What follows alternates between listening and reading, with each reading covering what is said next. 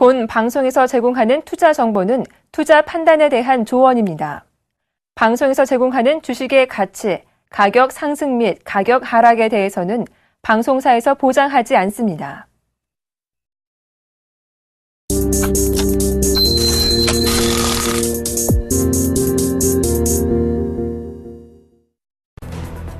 한미일 3국 정상은 네덜란드 헤이그에서 회담을 하고 북한 비핵화를 위한 공조 강화 차원에서 가까운 시일 내 한미일 육자회담 수석대표 회의를 추진키로 합의했습니다. 이로써 지난 2008년 12월 베이징에서 열렸던 육자 수석대표 회의를 마지막으로 개점 휴업 상태였던 북핵 육자회담이 재개의 단초를 마련할 수 있을지 주목됩니다. 한국은행이 발표한 2013년 국민개정에 따르면 지난해 1인당 국민 총소득은 26,205달러로 2012년에 24,696달러보다 6.1% 늘었습니다. 설비 투자는 부진했지만 민간 소비와 수출이 늘어난 데 힘입어 국내 총생산은 당초 예상을 웃도는 3% 증가세를 기록했습니다. 지난해 경기 침체에도 삼성과 SK그룹이 정부의 투자 활성화 요청에 화답해 투자 규모를 크게 늘린 것으로 조사됐습니다. 그러나 실적 부진 등이 겹쳐 30대 그룹 전체의 투자 규모는 전년보다 소폭 감소했습니다. 안녕하세요. 핫텐의 강동석입니다. 뉴욕 증시는 경제지표 혼조에도 불구하고 사흘 만에 반등을 했습니다. 주택지표가 부진했지만 소비자 기대지수가 2008년 이후 최고치를 기록한 영향으로 3대 지수가 모두 상승을 했습니다. 현재 국내 증시에서도 반등이 나오고 있습니다. 외국인의 매수가 다시 한번 돌아오면서 코스피는 1950선을 회복했고 내친김에 1960선까지 바라보고 있는 상황입니다. 코스닥도 마찬가지로 540선 위로 올라온 모습인데요. 선상클럽에서 여러분의 문자를 기다리고 있습니다. 신규 매수하시기 전에 고민 많이 되시죠? 그 고민을 저희가 해결해 드리려고 하는데요. 매수하시기 전에 매수하고 싶으신 종목명을 저에게 보내주신다면 수급과 차트를 분석해서 최고의 멘토님께서 여러분께 바닥잡기 팁을 드리도록 하겠습니다. 지금 문자 주시면 소개될 확률이 높습니다. 지금 바로 문자 주시길 기다릴게요. 계속해서 시장의 핵 코너가 이어집니다.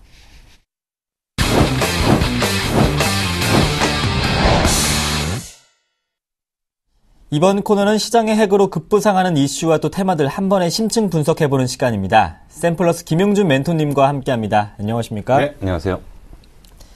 네, 먼저 오늘의 시장의 핵으로 신규 해외 수주에 대해서 살펴봐 주신다고요? 예. 최근에 건설업체나 이런 쪽이 이제 상당히 분위기가 안 좋잖아요. 네. 근데 그럼에도 불구하고 지금 해외 수주 쪽은 굉장히 다변화되고 있고요. 네. 그리고 굉장히 의미 있는 지금 수주들이 지금 나오고 있어서 이 부분을 좀 잘 점검해야 될 필요가 좀 있습니다. 보통 이제 우리가 전통적으로 보면은 저 중동 쪽에 그 수주가 좀 많았던 쪽, 그러니까 오일 달러 관련해 갖고 중동 수주가 좀 많았었는데, 네. 최근에 보니까 이제 그 중남미 쪽이 지금 공략이 좀 되고 있고요. 그리고 사실은 아직은 좀 생소한 땅이지만 아프리카까지도 지금 공략이 되고 있으면서 해외 수주 전반적으로 폭넓게 좀 점검을 해야 될 시간이 좀 된 것 같습니다. 먼저 중동 지역 수주에 관련해서 좀 말씀을 드리면요. 결국 중동 쪽은 결국 이제 그 유가와 관련된, 이런 부분들의 유류와 관련된 그런 쪽에 이제 문제들이고요. 최근에 보니까 LNG 정유 공장 등 관련해가지고, 수주 규모가 이미, 올해 기준으로 이제 200억 불을 이제 돌파를 했습니다. 이 정도 규모라면은, 전체적으로 이제 우리나라가 1년에 그 수주를 받는 양의 기준에서도, 상당히 의미가 있는 숫자고요. 이쪽과 관련된 쪽, 그러니까, 정유조 공장이나 LNG 쪽과 관련해서는 이미 작년 대비로 이제 그 수주 기준이 70%가 넘어갔다. 중동 지역에서만. 그렇기 때문에 이건 상당히 의미가 있는, 상황이라고 일단 볼 수 있습니다. 이 추세대로라고 지금 본다면은 해외 건설 수주는 아마 2010년도 최고의 수주량이 나왔던 716억 불을 돌파를 해서 올해 같은 경우에는 여기에 관련돼서 한 720억 불 이상이 수주가 될 걸로 보여지기 때문에 수주의 규모 면에서는 아마 최고의 해가 될 거다라고 일단 볼 수가 있습니다. 일단 이런 어떤 그 수주 현재 상황들을 좀 지켜본다라고 한다면, 그렇다고 한다면 지금 해양 플랜트 쪽에 비중이 높은 회사가 아마도 이제 가장 유리한 쪽이 좀 될 것 같고요. 그래서 여러 가지 분야들에 대한 얘기들이 좀 있습니다. 화공기계니, 발전 플랜트 기자재니, 피팅 업체니, 이런 부분들이 폭넓게 이제 실적이 개선되고요. 실질적인 어떤 회사의 어떤 상당히 어떤 변화들이 좀 생기면서 새로운 촉매 역할을 좀 할 가능성이 있다라고 일단 보는데, 그 중에서도 이제 아마도 가장 핵심적으로 좀 볼 수가 있는 것이 두산중공업에 대한 부분들을 좀 부각을 좀 해서 봐야 될 필요가 있지 않은가 좀 생각이 듭니다. 두산중공업 같은 경우 대표적으로 이제 두산그룹 관련한 재무 리스크, 이런 것 때문에 사실은 제대로 주가가 평가를 못 받고 있었던 부분들, 그리고 더더군다나 두산중공업은 작년에 수주량이 절대적으로 감소를 하면서 시장의 신뢰를 많이 상실한 그런 쪽이라고 일단 볼 수가 있는데요. 이미 1분기에 대한 숫자를 어느 정도 지금 예상할 건데, 이미 1분기에 대한 숫자는 웬만한 기대치 정도를 지금 충족하고 있는 수준 정도에서 2분기, 3분기, 4분기 지날수록 앞부분에서 말씀드린 이러한 중동 쪽의 수주가 결국 직접적인 어떤 수혜를 좀 작용을 하면서 상당한 올해 호실적이 좀 예상되고요. 아마도 이제 피팅 업체 쪽도 좀 잘 보셔야 될 필요가 좀 있지 않은가. 그리고 피팅이나 단조 쪽은 결국은 이제 단순한 어떤 해양 플랜트만 가지고 얘기하기는 좀 어렵고요. 결국 이쪽 같은 경우에는 풍력 발전까지도 맞물려서 볼 수가 있기 때문에 그런 쪽의 전반적인 확대 효과가 좀 나타날 가능성이 상당히 크다라고 볼 수가 있습니다. 네, 다음은 1분기 흑자 전환 기대되는 대우건설 한번 살펴볼까요? 예. 대우건설 사실 이제 혹시 광고 보신 거 생각나시나요? 대우건설이요? 네, 대우건설이 이제 아프리카에서 왔다 갔다 하는 광고가 하나 있습니다. 네. 만화 영화 비슷하게 만들어 놓은 광고인데요. 이제 아프리카를 공략하겠다는 얘기고, 사실은 이제 대우는 지금 그러니까 다른 건설업체와 경쟁하기보다는 아프리카 쪽에서 완전히 선점하겠다. 그런 이제 전략을 지금 가져가고 있는데요. 알제리 쪽의 수도 알제에 좀, 단어도 좀 어렵습니다. 엘 하라쉬, 하천 수주를 했는데, 여기가 이제 우리나라를 보면 한강과 같은 역할을 한다고 합니다. 그래서 도심 한복판을 뚫고 지나가는 하천인데, 여기가 굉장히 중요한 곳임에도 불구하고 이걸 갖다 죽음의 강이라고 부른다고 합니다. 왜 그러냐면 하천 오염도가 굉장히 심각한 수준에서 결국은 알제리의 가장 큰 문제 중에 하나인데, 여기에 대해서 이제 컨소시엄 형태로 해서 대우건설에서 5억 불 정도 지금 수주를 받은 상태입니다. 5억 불 정도 수주를 받은 거고요. 그리고 알제리 같은 경우에는 지금 아프리카 쪽에서 두 번째로 큰 나라라고 합니다. 근데 이제 이 나라의 이제 자원은 원유 매장량이 전 세계 16위 정도, 그리고 천연가스 매장량 10위. 그러니까 완전한 자원 부국이죠. 자원 부국이고, 그리고 이제 아프리카 같은 나라는 지금 전체적으로 이제 나라들이 많이 분산되어 있는데, 이 나라들이 합쳐지게 되면은 오히려 이제 경제 시너지 효과가 좀 상당히 클 거다. 그래서 이런 식의 어떤 아프리카 공략은 아직까지는 좀 이게 과연 될 거냐 말 거냐라는 고민들을 하는데, 만약에 이쪽이 자리가 잡게 된다면 아마 대우건설에서 상당 부분을 아프리카를 좀 지배할 가능성이 있기 때문에, 그렇다면 아프리카가 분명히 블루오션인 건 맞을 것 같고요. 이에 따라서 대우건설에 대한 해외 공략 쪽의 방향은 그렇게 틀리진 않았다라고 일단 판단이 되기 때문에, 중장기적인 관점에서 대우건설도 이제는 최악의 고비를 벗어나서 정말로 정상적인 어떤 흐름들이 좀 나올 수 있냐. 결국은 해외 수주 쪽에 대한 모멘텀이 주가에 결정적인 역할을 할 가능성이 크다라고 좀 판단이 됩니다. 네, 어제장에서 3% 넘게 급등했던 현대건설은 중남미 공략에 나서고 있다고요? 네. 중남미 쪽에서는 지금 이제 굉장히 수주에 대한 공사 발주에 대한 가능성도 굉장히 많은 쪽이고요. 그리고 규모 면에서도 그렇게 작지 않은 규모라고 합니다. 이제 현대건설이 이제 누적으로 해서 이제 해외 수주량만 해도 이미 1,000억 불을 넘었었다고 그러더라고요. 근데 그 중에서 이제 현대건설이 지금 최근에 이제 집중적으로 공략하려고 하는 게 이제 중남미 쪽인데, 이쪽은 또 여기도 이제 자원이 굉장히 많은 쪽입니다. 그래서 이제 석유, 철, 구리 같은 이제 자원이 굉장히 풍부한 나라에서 결국은 여기에 관련된 인프라 구축, 그러니까 이런 것들을 운송을 한다든지 어떻게 준비를 한다든지 여러 가지 어떤 인프라 구축이 좀 필요할 거고요. 그리고 이제 관련 플랜트 발주 공사가 지속적으로 좀 이어질 가능성이 상당히 크다. 이렇기 때문에 이거는 단발성으로 끝나는 것이 아니라 지속적으로 꾸준하게 사실 중동 못지않은 지역이 될 거라고 지금 아마 평가를 하는 것 같습니다. 근데 여기서 이제 현대건설의 장점은 뭐냐면, 경쟁업체가 아직 진입을 안 하고 있어요. 경쟁업체가 아직 진입을 안 하고 있기 때문에, 경쟁업체가 진입하지 않은 상태에서 현대건설이 먼저 거점 확보를 좀 했기 때문에, 상당한 어떤 현대건설에는 기회의 땅이라고 지금, 평가가 되고 있습니다. 실질적인 수주 사례도 만만치는 않습니다. 2012년도에 3억 5천만 불짜리 이제 하수 처리장 공사를 이제 수주를 하면서, 이쪽에 대한 가능성을 좀 열었고요. 최근에는 우루과이 복합 화력발전소 6억 3천만 불짜리, 그리고 최근에 또 하나 굉장히 큰 다리 공사가 한 6억 불짜리, 뭐 이런 것들이 이제 연속적으로 터지고 있기 때문에 절대적인 규모 면에서나 양적인 면에서나 질적인 면에서 상당히 괜찮은 지역으로 지금 각광받고, 이쪽 역시도 또 하나의 건설업체의 해외 수주에 블루오션 쪽으로 지금 작용하고 있는 그런 쪽에서 기대치를 좀 많이 모으고 있는 쪽이라고 좀 판단이 됩니다. 네, 그렇다면 멘토님, 대우건설과 현대건설 지금 매수에 관심 가져도 될까요? 사실은 개인적으로는 괜찮다라고 판단이 됩니다. 네. 왜냐하면 지금 이제 그동안 제일 문제가 됐던 게 우리나라가 건설업체들이 해외 수주 양이 적어서 문제가 됐던 건 아니고요. 질의 문제가 좀 있었거든요. 근데 지금 분명한 것은 이런 나라들에서는 우리가 질을 높일 수가 있는 분명한 그런 수주가 지금 실질적으로 진행되고 있고, 그렇다고 한다면 이것이 실질적으로 숫자로 돌아오는 데 좀 시간은 걸리겠지만 네. 그 건설업체는 수주량으로 결정을 하는 거거든요. 그래서 이 수주량으로 본다라고 한다면 분명히 건설업체의 해외 수주의 질적 성장이 진행되는 초기 국면이라고 판단이 되기 때문에 건설주에 대한 분명한 재평가 작업의 하나의 촉매가 될 거라고 일단 판단이 되기 때문에 뭐 현대건설, 대우건설 다 괜찮다라고 판단이 됩니다. 네, 마지막으로 건설업황에 대한 전반적인 미래는 어떻습니까? 건설업황은 이제 사실 우리나라가 이제 네. 그동안 대부분의 건설업은 사실 주택 경기였죠. 네. 그러니까 뭐 SOC나 이런 쪽보다는 건설 쪽의 그 비중이 높았는데, 사실 건설 쪽이 새로운 어떤 주거 문화가 형성되기 전까지는 주택 관련 건설 쪽은 새롭게 성장하기 좀 어렵다.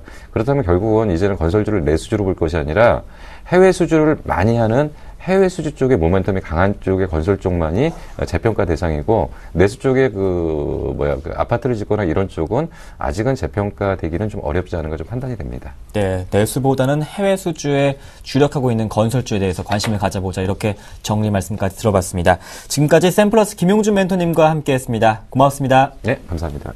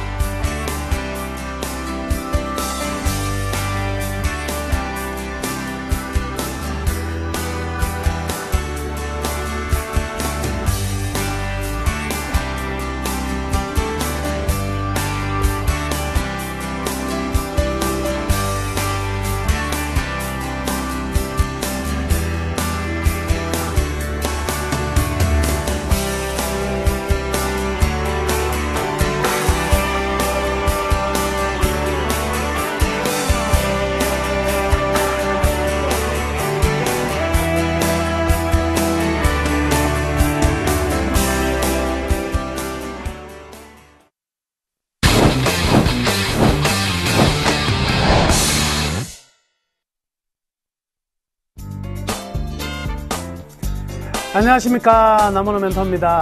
자, 오늘도 시장이 뜨겁습니다. 봄이 왔네요. 봄이 왔어요. 날씨만 봄이 온 것이 아니라 우리 시장에도 확실히 봄이 온 것 같습니다. 기분 좋은 상황이고요.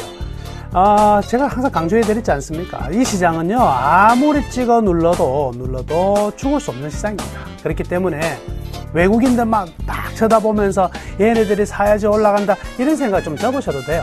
항상 어디에 충실하자, 기본 펀더멘탈에 충실한 투자는 반드시 이긴다. 얼마나 많이 강조하고 있습니까? 시장이 그러면 여기서 몇 포인트가 저항이 될 것인가, 이런 고민 좀 하지 마세요. 그 고민해서 뭐합니까? 몇 포인트 저항되면 어떡하시려고요? 파시려고요? 고민하실 필요 없습니다. 몇 포인트가 고민인 사람들은 어떤 사람이냐면 단기적으로 선물 투자를 해서 치고 빠지고 단타하는 사람이죠. 뭐예요? 트레이드 관점으로 보는 거지. 우리는 트레이더가 아니죠. 우리는 인베스터입니다.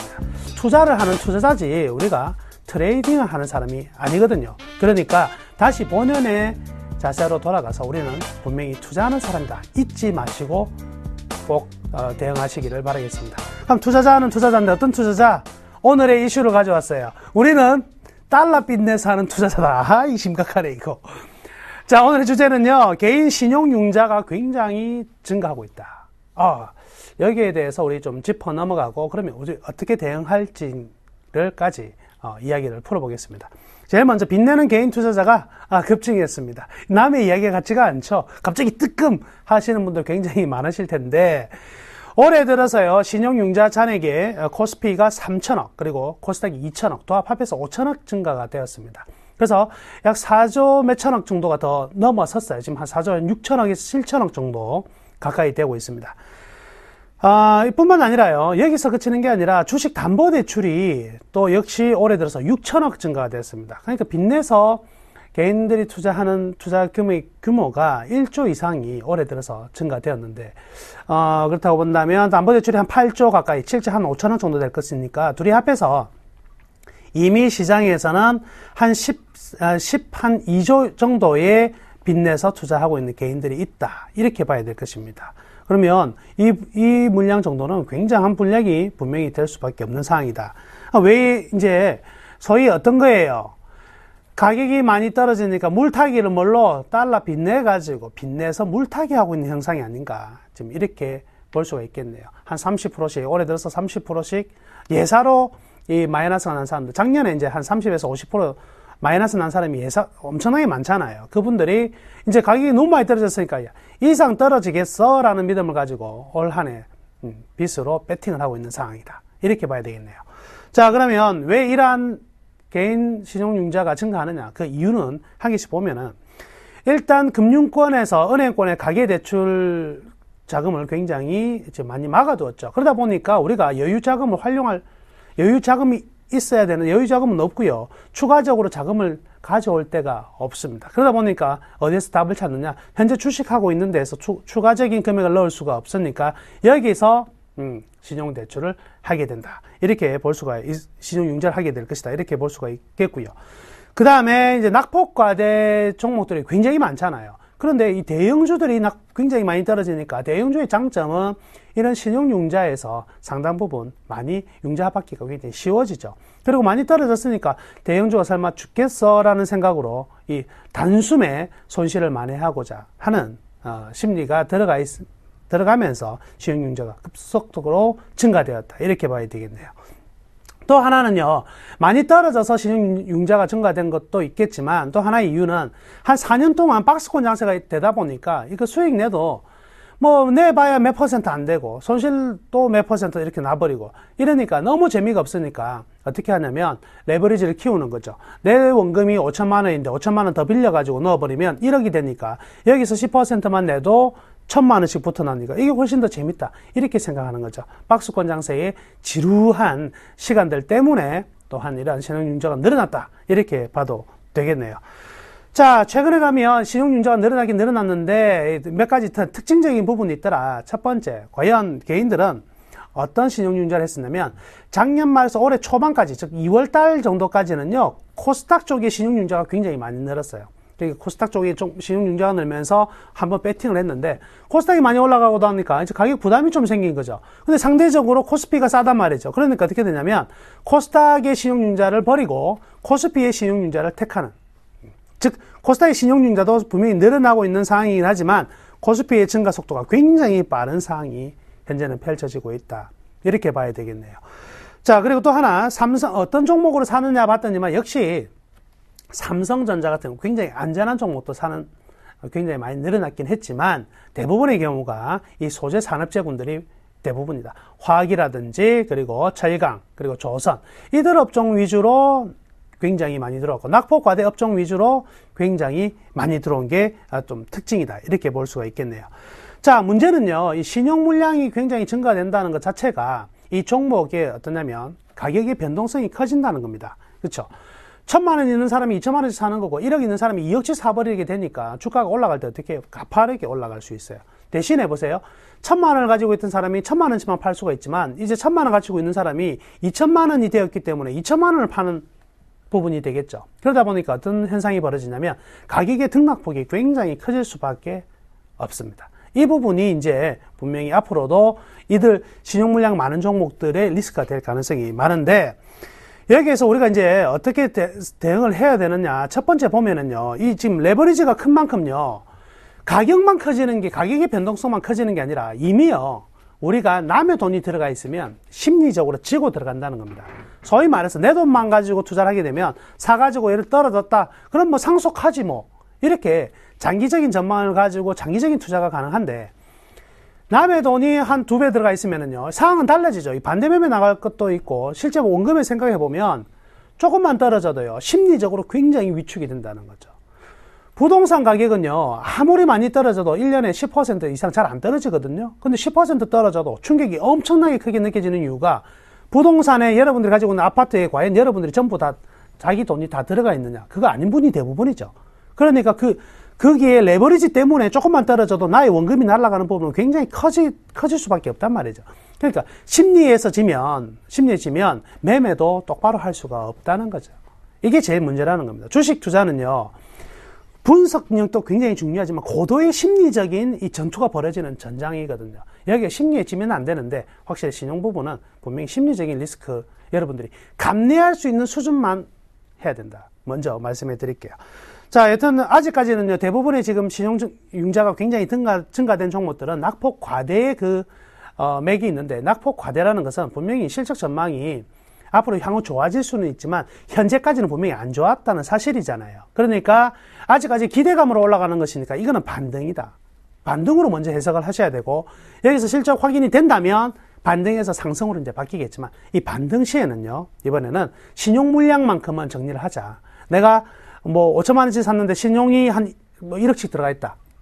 신용까지 합해서 1억이 들어가 있다면 적어도 반등 오면 신용 물량 5천만 원 정도는 정리를 하고, 그 다음에 새로운 리스크가 나오는지 확인을 한 다음에 매매하는 게 훨씬 더 좋다. 신용 물량만큼은 반드시 정리를 하자. 이렇게 말씀해 드릴게요. 자, 그러면 앞으로도 신용 절대 하지 말고, 주식담보대출 절대 하지 말까? 당연하게 그렇게 해야 되는데, 제가 여러분들 마음을 모르겠습니까? 그렇게 하고 싶다. 근데 상황이 그렇게 안 되는 걸 어쩌겠노? 이렇게 생각하시죠. 그래서 제가 이렇게 말씀해 드릴게요.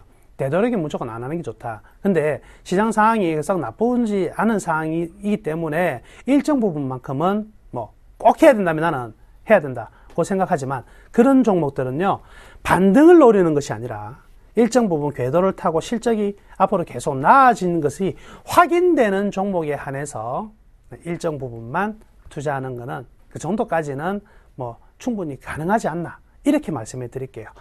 자, 신용 융자가 증가된 종목들은 이번 반등 시에 반드시 신용 물량만큼은 매도를 하자, 이렇게 말씀해 드리면서 오늘 이슈 Y 정리하도록 하겠습니다. 오후에 뵙겠습니다. 감사합니다.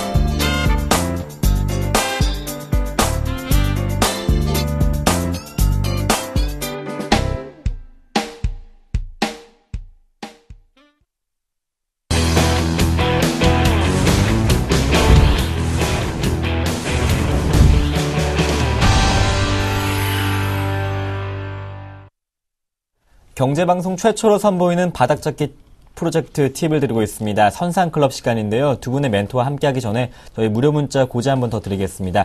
매수하고 싶으신 종목명을 저에게 보내주신다면 이 두 분께서 저희에게 바닥잡기 팁을 드릴 텐데요. 선상클럽 하기 전에 또 핫텐이 시작될 쯤에 문자 보내주신다면 문자가 소개될 확률이 더 높습니다. 지금 바로 여러분의 문자 기다리고 있겠습니다. 수급과 차트를 통해서 여러분께 바닥잡기 팁을 드릴 두 분 소개해드리겠습니다. 샘플러스 김선윤 멘토님, 이상로 멘토님과 함께합니다. 안녕하십니까? 반갑습니다. 네, 반갑습니다. 네, 많은 분들이 주식 투자할 때 가장 고민이 되시는 건 바닥잡기에 대한 고민이실 겁니다. 여러분께서 고민하지 마시고요. 선상클럽 통해서 여러분께서 바닥잡기 팁 함께 하시면 좋을 것 같습니다. 먼저 두 분의 바닥잡기 팁부터 확인해 보겠습니다. 네, 김선윤 멘토님은요, 기관 외인 양 매수 주목해보자 말씀해 주시고, 이상로 멘토님, 월봉 확인 이렇게 팁을 주셨습니다. 네, 김선윤 멘토님, 외국인의 매수가 들어오니까 지수도 1950선 복귀를 했고, 또 1960선까지 보고 있습니다. 네, 그렇습니다. 오늘 양매수 들어와 주고 있는데요. 네. 확실하게 좀 지수가 살아나는 분위기가 좀 연출이 됩니다. 꾸준하게 상승 쪽으로 분위기 전환 나타날지 흐름 좀 더 지켜봐야 되지 않을까 좀 말씀을 좀 드려봅니다. 그래서 계속적으로 이제 봐야 될 게 외인들과 기관들이 매수하는 게 뭐가 있을까? 그거 좀 항상 참고하시면서 대응하시면 수익이 괜찮게 나지 않을까 해서 이렇게 말씀드려본 겁니다. 네, 이상호 멘토님의 바닥잡기 팁도 한번 확인해 볼게요. 네. 우리가 네.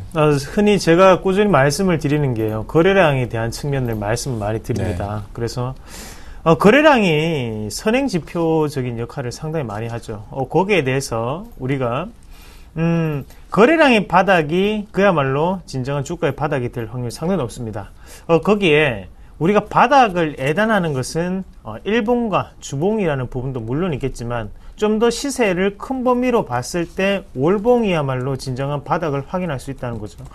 항상 월봉상의 거래량 바닥권이 거기가 바닥이 될 확률이 상당히 높습니다. 그래서 한 78% 정도 되던데요.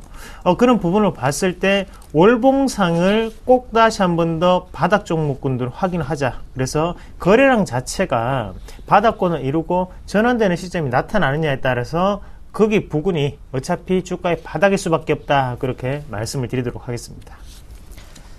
네, 여러분의 무료 문자 기다리고 있습니다. 종목 매수하시기 전에 저희 종목명만 저에게 보내주신다면 이 두 분께서 수급과 차트를 통해서 바닥잡기 팁을 드리겠습니다. 계속해서 여러분의 문자 보내주시면 될 것 같습니다. 첫 번째 시청자 의뢰인 만나보겠습니다. 지금 바로 확인하시죠. 네, 첫 번째 문자는 0593번님께서 잉크테크 매수해도 될까요? 문의하셨습니다. 두 분 의견 확인해 보겠습니다.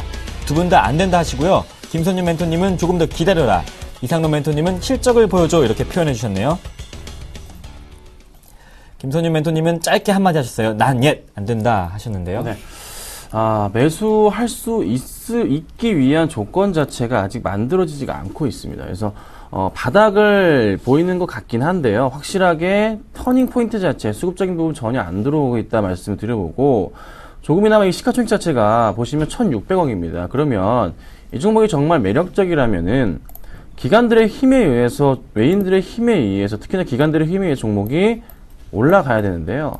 조금 기다려 봐야 될 것 같아요. 짧게 본다면 바닥으로 볼 수 있는 그런 분위기지만 너무 좀 짧고요. 아직은 더 봐야 됩니다. 그래서 좀 더 기다려보는 게 낫다. 수급적인 부분도 체크가 필요하다.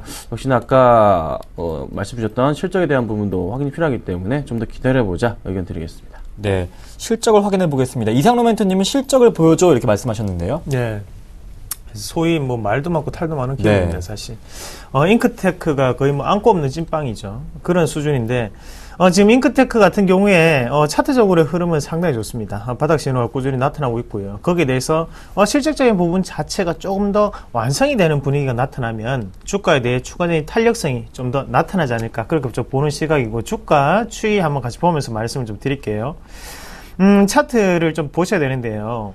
왜 제가 조금은 X를 좀 드렸냐면 바로 여기에 비밀이 있습니다. 240선과 480선 자체가 상당히 힘이 없이 그냥 무너졌어요. 그래서 2년 동안의 주가 그리고 1년 동안의 주가인데 왜 이렇게 쉽게 무너졌을까? 그리고 그 부분 자체가 지금 어떻게 작용을 하고 있을까요? 바로 저항 구간으로 하경을 계속적인 신호가 나타나고 있다는 거죠.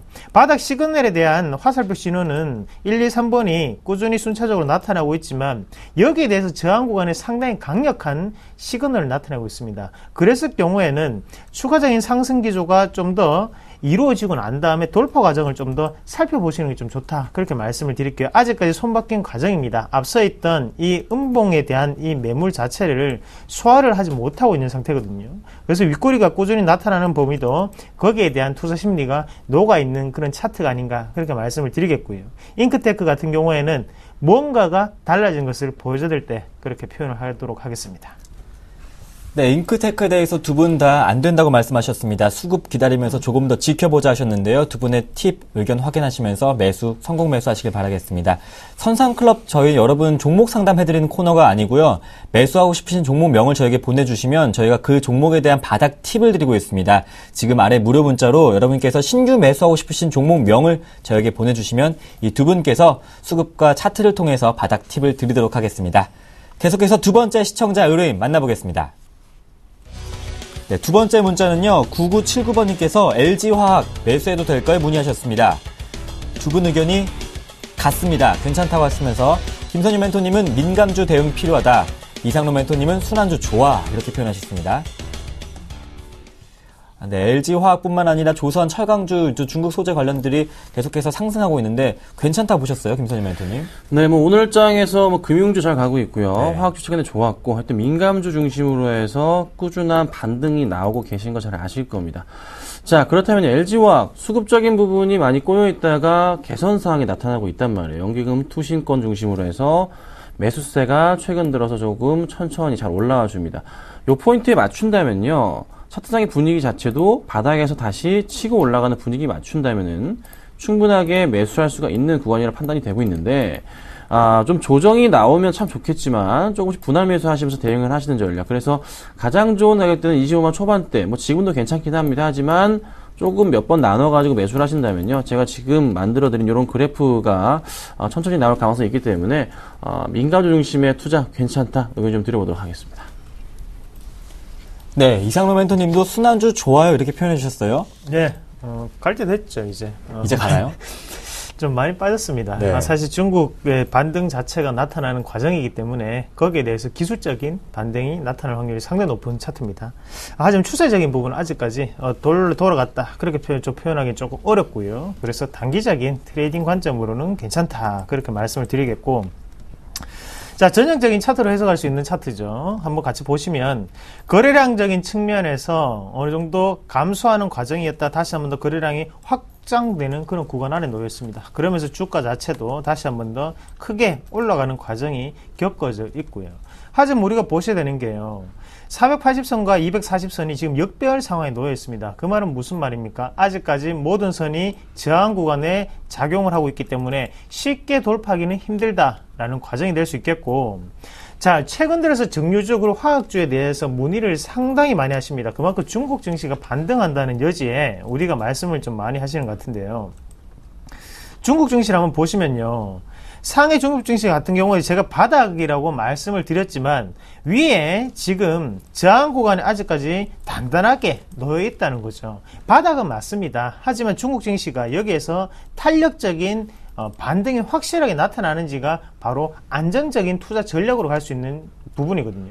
그렇게 봤을 때 지금 LG화학 같은 경우에도 업황 자체가 돌아서서 올라간다고 보기는 힘들어요. 그냥 차트상의 어느 정도의 신호일 뿐이다. 그래서 그런 점에서 본다면 단기적으로는 가능하지만 장기적인 추세를 보고 1년 동안 묵어놔야지, 이런 관점은 아직까지는 아니다. 그렇게 말씀을 좀 드리겠습니다.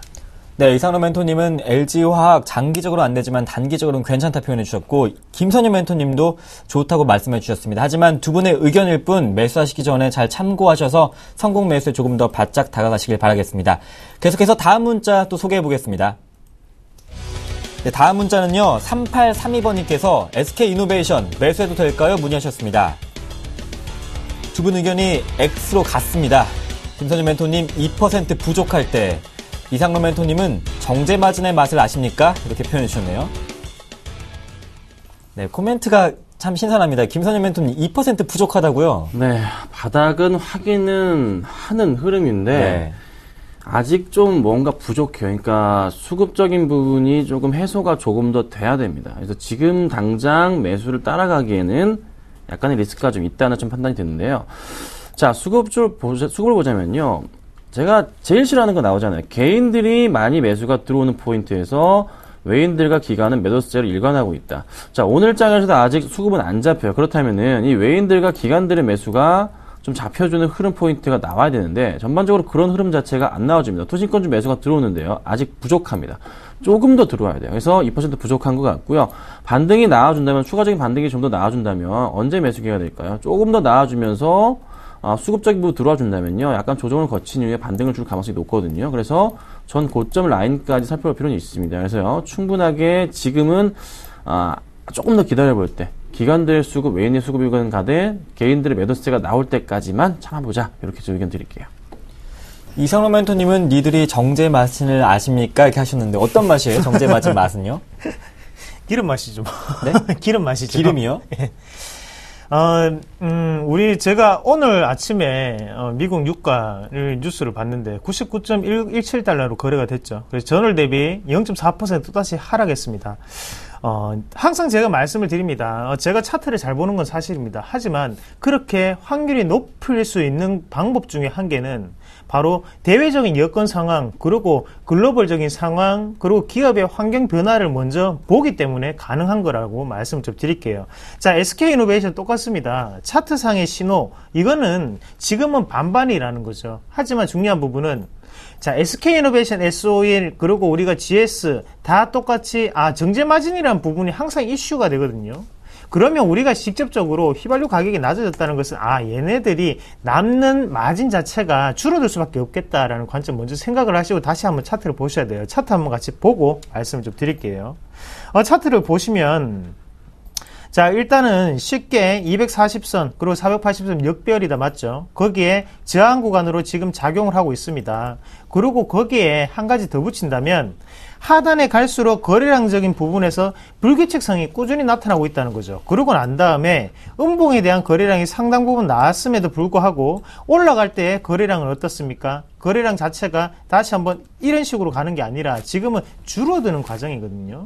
그럼 여기에서 줄어들고 난 다음에 추세적인 전환점을 한 번 더 확인해야 되는 시점이라는 거죠. 지금 SK이노베이션 같은 경우에는 차트적으로 봤을 때 한 3박자 정도 빠릅니다. 그래서 어느 정도는 추후에 있는 봉 3개 정도를 더 보고 난 다음에 추세를 따라가는 게 좀 더 옳지 않을까. 지금 바닥을 예단하기에는 SK이노베이션은 상당히 어렵다. 그만큼 기업적인 환경도 안 좋다. 그렇게 표현을 하도록 하겠습니다. 네, 이상로 멘토님은 차트 분석의 달인이십니다. 최고의 전문가신데요. 지금 보시고 SK이노베이션은 안 된다고 말씀해 주셨고요.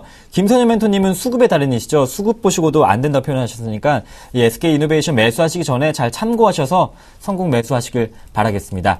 계속해서 다음 시청자 의뢰인 만나보겠습니다. 네, 다음 문자는 1249번님께서 상하 프론테크 매수해도 될까요? 문의하셨습니다. 두 분 의견 확인해 보겠습니다. 김선윤 멘토님은 안 된다 하시네요. 기다려 수급. 이상로 멘토님은 윗꼬리가 싫어요. 이렇게 표현해 주셨습니다. 수급에서 어떤 문제가 있어요, 김선윤 멘토님? 수급이 없어서 문제입니다. 네. 네, 없어서 문제인데요. 차트 흐름으로 본다면 바닥에 대한 인식이 잡혀가는 그림은 맞아요. 제가 강조드렸던 그런 포인트는 맞는데 하나가 빠지는 거죠. 수급 같이 볼게요. 자, 이게 전혀 해결이 안 됩니다. 전혀 관심이 없는 상태거든요. 그냥 개인들 간의 좀 싸움이라고 표현하고 싶고, 기타 범위적 물량도 보자면요. 좀 들어와 주다가 다시 고스란히 나갑니다. 확실하게 이게 안 들어와 주고 있거든요. 땡겨줘야 되는데 땡기는 사람이 지금 없는 흐름이죠. 시가총액이 작나요? 시가총액이 조금 900억대. 그렇지만은 1000억 원 정도 됐을 때 매수가 들어오는데 보통 들어올 시점도 되는데 안 들어옵니다. 그러면 실적 부분도 우려가 있습니까? 그건 아니에요. 그러니까 타이밍을 노리는 건데 지금 타이밍에서 보자면 이렇게 바닥 라인 잡히는 건 좋습니다. 그런데 반등을 좀 가지고 올 때 약간 밀렸다가 반등을 가지고 오면서 수급 체크될 때 그때 들어가는 게 좀 낫거든요. 그래서 지금은 조금 기다려 보시는 게 낫지 않을까 이렇게 좀 의견 드리겠습니다. 네, 저희 선상클럽 무료 문자 보내실 때 매수하신 종목명과 또 매수 가격, 매도가가 아니라 매수하고 싶으신 종목명만 보내시면 됩니다. 삼성전자 궁금하시면 삼성전자 매수해도 될까요? 이렇게 간단하게 보내시면 될 것 같습니다. 계속해서 이상로 멘토님은 윗꼬리가 싫어요 표현하셨어요. 윗꼬리가 달리면 어떻게 되는데요? 네, 윗꼬리가 달리면 네. 이익 실현이라고 봐야죠. 네. 그런데 그게 연속성을 가지고 여러 번 윗꼬리가 달리게 된다면 그때는 정령 이익 실현이구나 라고 판단할 수 있다는 겁니다. 자, 일단은 주봉하고 월봉 한번 같이 볼게요. 월봉을 제가 상당히 많이 봅니다. 월봉이 큰 추세적인 부분을 봤을 때 상당히 중요한 패턴이거든요. 본다면 우리가 거래량하고 상단에 있는 차트를 따로 보자고요. 거래량을 한번 먼저 보겠습니다. 거래량만 한번 확대해서 본다면 거래량이 어떻습니까? 내려가고 난 다음에 지금 전환점이 딱 나타났다, 그죠? 전환이 됐구나. 거래량 바닥이 드러나고 다시 한 번 더 거래량이 올라가는 추세되구나. 그리고 앞서 있던 부분에서도 거래량이 줄다가 바닥권을 나타내고 주가는 크게 오르는 모습이었습니다. 그런 차트랑 같이 한번 엮어서 한번 볼게요. 차트를 한번 보시면 자, 어떻습니까? 거래량의 바닥권이 바로 주가의 바닥권을 찍고 양봉으로 크게 올라가는 시그널을 나타냈다, 그죠? 그럼 이 포인트를 중요하게 생각을 하겠습니다. 그러고 난 다음에 다시 한 번 더 거래량이 바닥권을 찍고 난 다음에 올라가는데 여기서 문제가 있다면 바로 이 윗꼬리 3개가 곧장적으로 나타났다는 거죠. 자, 앞서서는 양봉의 형태를 띄었기 때문에 우리가 좀 더 긍정적으로 생각할 수 있겠지만 지금 음봉의 형태를 띄고 있다는 거예요. 그러면 다시 한 번 더 이 주가 자체는 하단으로 바닥권을 접었다가 올라갈 수 있는 확률이 상당히 높습니다. 실적도 그만큼 좋게 나타났었고, 그래서 하단에 좀 더 내려왔을 때 우리가 상하 프로탱크를 좀 더 공략하시는 게 안 낫겠나, 그렇게 좀 말씀을 드리겠고, 일봉상으로 봤을 때 좀 더 자세하게 말씀을 좀 드릴 수가 있겠는데요. 하단에 한 번은 급락 패턴이 나올 확률이 상당히 높은 차트입니다. 그거 꼭 유의하셔서 차트를 조금 보시면 좀 좋을 것 같습니다. 상하 프론테크 수급과 차트로 봐도 지금은 안 된다 하시네요. 조금 더 기다려보자는 의견 주셨는데요. 잘 참고하시길 바라겠습니다. 계속해서 다음 문자 확인해 보겠습니다. 네, 다음 문자는요. 904 하나번님께서 미디어 플렉스 매수해도 될까요? 문의하셨습니다. 김선유 멘토님은 안전하시네요. 뭔가 불안하다 표현하시고, 이상로 멘토님은 괜찮다, 모으고 모아서 이렇게 표현해 주셨습니다. 네, 미디어 플렉스가 넥스트 엔터테인먼트 월드가 상장 소식에 현재 4% 가까이 급등을 하고 있습니다. 개인들의 관심이 커지고 있어요. 네. 영화 관련주에서 굉장히 좀 그래도 인기가 있던 그런 이제 종목군 중에 하나인데, 최근에 상당히 많이 밀렸었죠. 저는 다시 조금 반등을 조금 줍니다.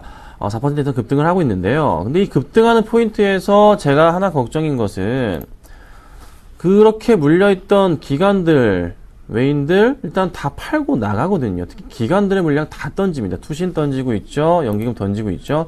이거를 뭐 받아주면서 개인의 큰 손이 받아주면서 상승 쪽으로 이끌 추세가 나올 가능성도 있지만, 일단 요 포인트 자체가 진정이 돼야 되지 않을까 싶어요. 그래서 조금 더 기다려 봐야 된다라는 판단이 듭니다. 그래서 굳이 제가 매수 사인을 못 드리겠고요. 지금 흐름으로 보더라도요, 급등을 한 경향이 있습니다. 그렇죠? 항상 말씀을 드리지만 이 흐름에서 이렇게 그림을 잡았을 때 지금 급등하면서 윗골이 달려주고 있잖아요. 그러면 한번 조정이 나올 가능성도 있어요. 그래서 그 포인트를 차라리 노리시는 게 낫지 않을까라는 생각이 듭니다. 그래서 지금은 조금은 위험한 구간이다. 그래서 조심해보자 말씀을 좀 드려보겠습니다. 이상로 멘토님, 바로 전 종목에서는 윗골이 달리면 이익 실현이다 이렇게 표현해 주셨는데, 미디어 플렉스 윗골이가 달렸어요. 근데 괜찮다 하시네요. 주가의 전체적인 모습을 봤을 때는 네. 하단에 안정적인 패턴을 가지고 가기 때문에 네. 지금 오늘 사라는 건 아니죠. 지금 바로 매수해도 될까요? 지금 바로요? 예. 지금은 조금 곤란합니다. 지금 좀 곤란하고 좀 더 내려갔을 때 주가상에 어느 정도 그런 부분 좀 노리시는 게 좋습니다. 자, 우리가 한번 같이 보시면 왜 제가 좀 더 긍정적인 시그널을 조금 나타냈냐면, 자, 일단은 월봉상으로 한번 보시면요, 거래량 역전 현상이 다분하게 나타나는 차트입니다. 맞죠? 자, 역전 현상이 나타났고요. 주봉상으로 한번 봤을 때도, 자, 1차적인 상승이 나타나고 난 다음에 다시 한 번 더 거래량이 급속하게 줄면서 거래량이 다시 한 번 더 주가는 올라가고 있는 상태라는 거죠. 저항 구간이 분명히 작용하고 있습니다. 얼마입니까? 3,200원짜리가 저항 구간에 작용을 하면서요. 일봉상으로 대입을 한번 같이 해보겠습니다.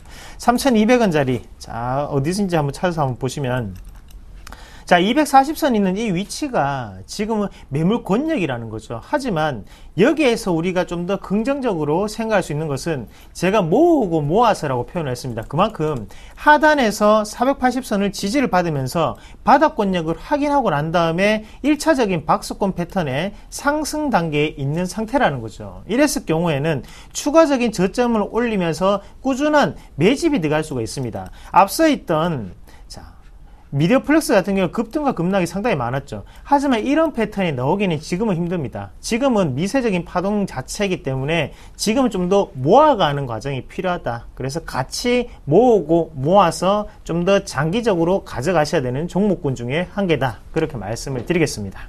네, 지금 문자가 폭주하고 있습니다. 여러분께서 조금 더 소개될 확률을 높이시려면 핫10 시작할 10시부터 저에게 문자 보내주신다면 여러분의 문자를 빠르고 정확하게 소개해드리겠습니다. 지금 바로 계속해서 문자 받고 있습니다. 다음 시청자 의뢰인 지금 만나보겠습니다. 네, 다음 문자는요, 4605번님께서 두산엔진 매수해도 될까요? 문의하셨습니다. 김선윤 멘토님은 괜찮다 하시네요. 분할 매수해야 된다. 이상로 멘토님은 괜찮은데 단가가 중요하다 이렇게 표현해 주셨습니다. 지금 시점에서 매수해도 된다 하셨어요, 김선희 멘토님? 약간 높아 보일 수도 있습니다. 네. 하지만 분할 매수해 보는 것도 나쁘진 않아 보여서 제가 매수 사인 의견을 좀 드려볼까 합니다. 자, 차트를 열어놨는데요. 주봉 차트입니다. 주봉 차트 보시면 어떤 느낌이 드시나요? 한참 이 친구 많이 밀렸다가 이제서야 조금 꿈틀대는 포인트가 잡히네요. 그렇죠? 많이 밀렸어요. 그래서 완전 그냥 바닥 포인트에 있는 거고요. 확실하게 반등 쪽으로 분위기 전에 나타나고 있다는 거죠. 일봉으로 보자면 주가 흐름 자체에 너무 좀 급등한 경향이 있기 때문에 따라가기 힘듭니다. 그래서 분할 매수를 해보자 말씀드리는 거고, 오늘 사 보시고 또 조정이 나온다면 매수해 보시자는 거. 왜 그걸 말씀드리냐면 수급적인 부분도 좀 해결이 잘 되고 있기 때문에 좀 더 추가적인, 오늘도 좋습니다. 그래서 반등 나오는 포인트에 맞춰서 분할 매수를 해보시고 10,000원 위에 올라갔을 때 그때 조금 정리를 해보시는 게 필요하지 않을까 말씀드리겠습니다. 네, 이상로 멘토님도 괜찮다 하시는데 단가가 중요하다고요. 2번의 급등이 있었어요. 네, 2번의 급등이 있었기 때문에 네. 쉬어가야죠. 네, 그런 안 된다는 뜻에서 말씀이신가요? 조금은 네, 단가를 네. 우리가 조금은 소화할 필요가 있습니다. 그래서 뭐 제가 점쟁이는 아니죠. 오늘은 사지 마십시오. 오늘은 사지 마시고요. 주가가 조금 진정 상황을 보였을 때 우리가 사는 게 좀 좋을 것 같습니다. 자, 주가 추이 한번 같이 보겠습니다. 왜 그런 말씀을 드리냐 하면요. 자, 480선, 한 240선이죠. 240선 하단에서 어느 정도는 우리가 이런 부분 자체를 놓고 뭐라고 표현하냐면 휩소 구간, 그리고 그만큼 과매도가 끝나고 올라가는 시그널을 나타내고 있다. 그렇게 조금 표현을 많이 하고요. 그리고 우리가 차트상의 형상을 봤을 때 현재 두산엔진 같은 경우에는 상당한 480과 240을 강하게 뚫고 올라가는 시점입니다. 그래서 추세적으로는 벌써 전환이 됐구나라는 부분을 우리가 인식을 하셔야 된다는 거죠. 거기에서 대신 단가가 중요해는 무슨 말이냐면 지금 이격 자체가 상당 부분 벌어져 있습니다. 여기에서 쉽게 올라갈 확률이 높진 않을 것 같아요. 제가 볼 때는 2번에 어느 정도의 240과 480 소화를 했기 때문에 현재 같은 경우에는 소화 과정이 분명히 필요하지 않겠나. 그래서 조금은 다시 한 번 더 눌린 권역에 들어왔다가 올라갈 확률이 상당히 높다. 그래서 480선 자체를 설정해 놓고 매수 타이밍으로 잡으시는 게 조금 더 낫지 않을까, 그렇게 말씀을 드리겠습니다. 네, 두산엔진 지금은 괜찮은데 오늘 매수는 안 된다 표현해 주셨습니다. 두 분의 의견 잘 참고하시길 바라겠습니다. 계속해서 다음 시청자 의뢰인 화면 통해 만나보겠습니다. 네, 다음 문자는요, 6285번님께서 네이버 매수해도 될까요? 문의하셨습니다. 두 분 의견이 같습니다. 안 된다고 하시고요. 김선희 멘토님은 소화 중이다 표현해 주셨고, 이상로 멘토님은 주가는 올라가고 거래량은 내려가고 이렇게 말씀해 주셨습니다. 물량을 소화 중인 건가요? 밥을 많이 먹으면 네. 배가 너무 부르면 움직이기가 힘들어집니다. 네. 그렇죠? 그럼 가만히 앉아 쉬어야 됩니다. 쉬어야 되는데 네이버 주가 흐름을 보자면요, 그냥 딱 그 모양이에요. 너무 많이 최근에 올라서 80만 원대부터 그냥 계속 윗골에 달려주면서 트름 해주고 있습니다. 그렇죠? 그러니까 지금은 막상 들어가기에는 좀 리스크가 있어요. 그래서 조금 더 소화를 다 충분하게 시킨 이후에 배가 좀 꺼지고 나면 그때 이제 뭐 기관들이나 외인들의 매수가 다시 유입될 수가 있지, 지금 당장 좀 빠진다고 해서 들어가는 굉장히 위험합니다. 그래서 조금 더 기다려보자. 지금 수급도 약간 매도세가 나와요. 기관들이요. 조심해야 되기 때문에 기다려볼 필요가 있어서 제가 X 의견 드리겠습니다. 네, 이상로 멘토님도 거래량이 문제라고요? 네, 구슬픈 노래의 한 구절 같습니다. 맞죠? 네. 거래량은 내려가고 주가는 올라가고 상당히 슬픈 노래인데요. 반대로 되면 상당히 기쁜 노래가 될 수가 있겠죠. 자, 우리가 주가가 올라갈 때는 항상 힘이라는 부분이 받쳐줘야 됩니다. 그게 무슨 말이냐면 폭발적인 거래량이 분출이 됐을 때 거기에 대한 미연의 약진 부분이 나타나면서 주가는 올라갈 수가 있거든요. 아니면 꾸준한 연료를 주입을 하면서 꾸준한 돈이 투입된다는 거죠. 그러면서 주가는 같이 올라가는 방법, 이 두 가지 방법이 있습니다. 하지만 네이버 같은 경우에 한번 주가 추이를 한번 같이 볼게요.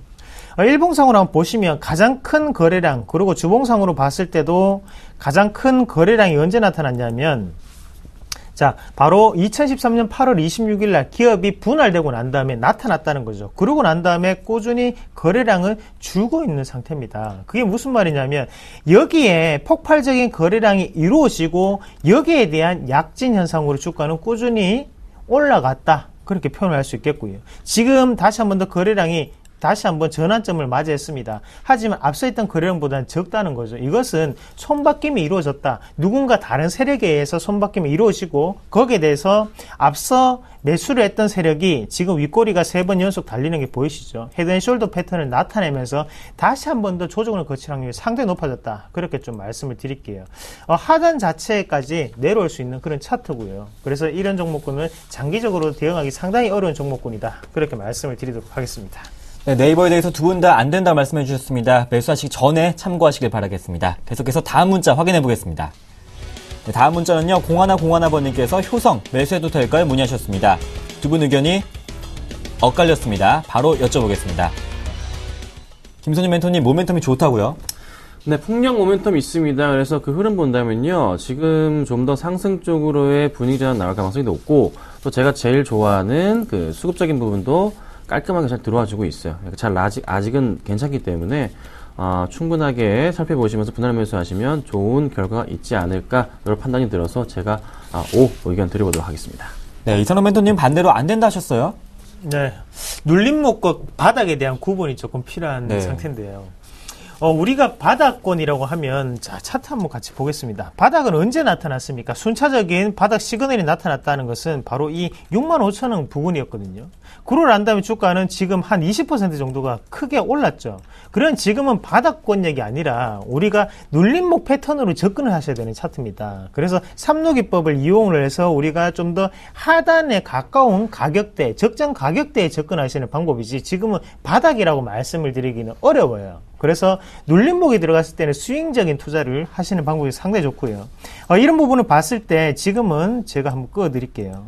이렇게 보시는 게 가장 좋습니다. 그래서 일단 앞서 있던 거래량 전환이 이루어지면서 지금 하단에 있는 하단 밴드를 돌파하는 모습이 나타났었고 중간 밴드는 아직까지 돌파하지 못했습니다. 이랬을 경우에는 상단 밴드 이 77,000원이 돌파되는 것을 확인하고 난 다음에 일시적으로 주가가 조정을 보일 때 매수라는 관점이 상당히 좋다. 그래서 아직까지는 눌림목상의 패턴도 완성되지 않았다. 조금만 더 기다리자. 그렇게 말씀을 드리겠습니다. 네, 오늘 선상클럽 두 분과 함께했습니다. 샘플러스 김선희 멘토님, 이상로 멘토님과 함께합니다. 고맙습니다. 네, 계속해서 금바닥주 공개해보겠습니다. 금바닥주 김선희 멘토님이 오늘 금바닥주는 없습니다. 반면에 이상로 멘토님은 락앤락을 표현해주셨습니다. 네, 두 분의 포트폴리오 한번 확인해볼까요? 김선희 멘토님이 KG 이니시스 말씀해주셨는데 1.3% 수익, 오늘 무료 방송에서 그 AS를 해주신다고 합니다. 계속해서 무료 방송 함께 하시고요. 이상로 멘토님은 한국단자 이익 실현하셨는데요. 어제 무료 방송에서 공개하셨다고 합니다. 오늘 무료 방송도 기대가 많이 되죠. 여러분께서 함께 하시길 바라겠습니다. 네, 11시 무료 방송 여러분의 많은 참여 기다리면서 저희 핫템 물러가겠습니다. 시청해주신 여러분 고맙습니다.